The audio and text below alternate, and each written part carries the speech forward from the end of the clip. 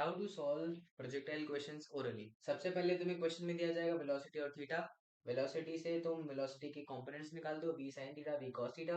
वो आने के बाद तुम्हें पता होना चाहिए कि हाइट के लिए तुम्हें टाइम जरूरत है, रेंज के लिए तुम्हें टाइम जरूरत है। इसका मतलब पहले टाइम निकालना है इन दोनों से पहले, कॉम्प्लिकेट नहीं करना इसको।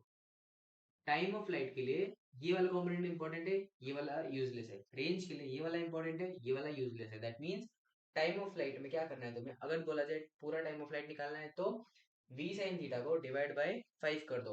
और अगर बोला जाए टाइम ऑफ मिड जर्नी या h मैक्स का टाइम निकालो तो डिवाइड बाय 10 कर दो।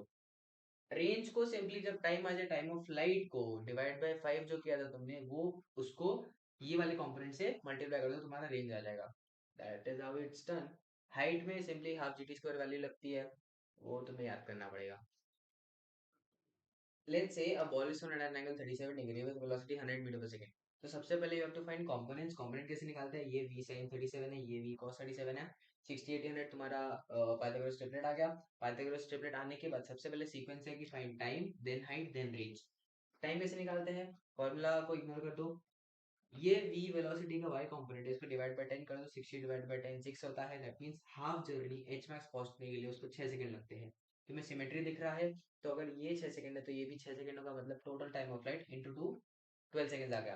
How to find height. Height तुम्हें पता है हाफ जी टी स्क्वायर से निकाला जा सकता है, लेकिन उसका कंडीशन है कि हाफ जी टी स्क्वायर तब वैलिड है जब इनिशियल वेलोसिटी 0 हो।